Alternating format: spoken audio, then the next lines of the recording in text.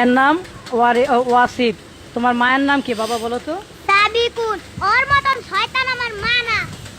থাক, বুঝতে পারছেন? আমার মেয়ের কাছে শোনেন, এইটাই আমার মেয়ে ওয়ারিশা। দেখছেন আপনারা? এরপরে আপনারা বলেন আমি মিথ্যে বলি, আরও প্রুফ দিতেছি, এখন প্রুফ নেন। আমার বিয়ের ছবি, আমার যে বিয়ের ছবি আছে সেগুলো আমি এখন দেখাইতেছি, দেখেন। এই যে সাবিকুন নাহারের বিয়ের প্রথম দিনের ছবি, যেদিন কাবিন হয়। আরও আমি দেখাইতেছি আপনাদের। এই হলো ও সই করতেছে কাবিন নামায়, এবং ওর মা পিছনে হাত দিয়ে মুখ ঢেকে রাখছে, এবং ওর দুলাভাই শাহাবুদ্দিন।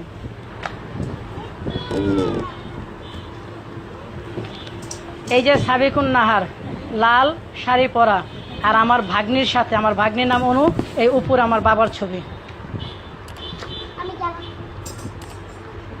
ঠিক আছে, যাও বাবা।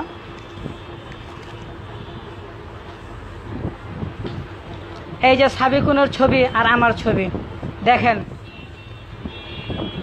এই যে আমি আর সাবিকুন, যে এখন আদনান তাহার স্ত্রী, যে আদনান তাহার স্ত্রী এখন, কিন্তু সে আদনান তার হইল তৃতীয় স্বামী। সাবিকুন নাহার তার প্রথম স্বামী আমি, তার দ্বিতীয় স্বামী মোহাম্মদ সিরাজ, যে একজন তেল ব্যবসায়ী চট্টগ্রামের। এখন তার তৃতীয় স্বামী হলো আদনান তাহা। আমি তো তার সম্বন্ধে আদনান তাহা তার সম্বন্ধে কিছু বলতে চাই না, জানিও না তার সম্বন্ধে, বলারও প্রয়োজন নেই। আমি বলি মিডিয়া বা ফেসবুক বা ইউটিউব যেভাবে সাবিকুন নাহারকে নিয়ে বলতেছেন, তার চোখের জল দেখে আপনাদের চোখের জল পড়ে যায়। যার কথা শুই না সে বিদেশ চলে যাবে তার স্বামীকে নিয়ে, আহা হা, তার কি মহব্বতের কথা আপনারা শুই না, তার কথায় আপনারা পড়ে গেছেন। ওই যে বলের একটা কথা আছে, মাগুর মাছের অশ্রু, ঠিক আছে, তা ওর অশ্রুর ভিতরে যাবেন না। আমি খারাপ, একটি স্বামী, প্রথম স্বামী খারাপ, দ্বিতীয় স্বামী খারাপ, তৃতীয় স্বামী এখন ভালো, কারণ তার টাকা পয়সা আমাদের চাইতে অনেক।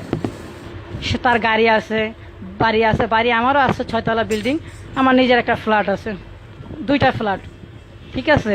তারপরেও ও আমার চাইতে বড় আরেকজনকে ধরছে, তারও বিশাল 6তলা বাড়ি ছিল, ঠিক আছে, ব্যবসা আছে, তারে ছেড়ে সে আরেকটা ধরছে, এবং প্রতিজনের কাছ থেকে ও দেনমোহরের টাকাগুলো তুইলা নেয়। কিছুদিন আমার সাথে তো 7 বছরের সংসার, পৌনে 7 বছর বা 7 বছর সংসার।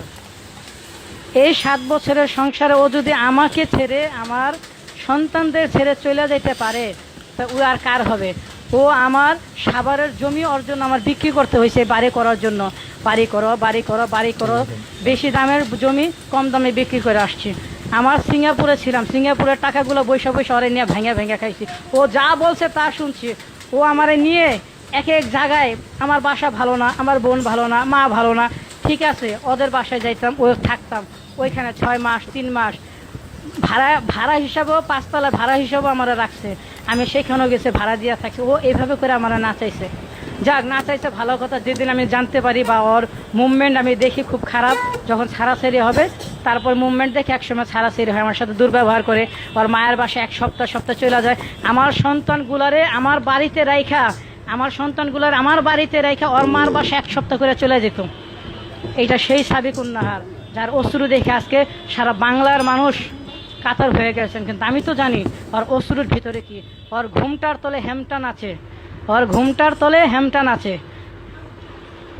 ও সমস্ত পর্দাশীল মহিলাদের, পর্দাশীল মা বোনদের ওই কলঙ্কিত করছে। ওর পর্দা আছে, কিন্তু পর্দার ভিতরে আর কিছুই নাই, সব খারাপ আর খারাপ। আজ আমি এই জন্য এই কথাগুলো বলতেছি। ওরে নিয়ে অনেকে নাচানাচি করতেছেন, ওরে নিয়ে নাচানাচি করেন না ভাই, আদনান ভাইকে নিয়ে নাচানাচি করেন। উনি গুম হয়েছে, কি হয়েছে, ওনারে খুঁজুক। আমরা দোয়া করি আল্লাহ পাকের কাছে, এ আল্লাহ উনি ওই 4 জন যারা আছে তাদের যার মায়ের সন্তান তার কাছে ফিরে পাক।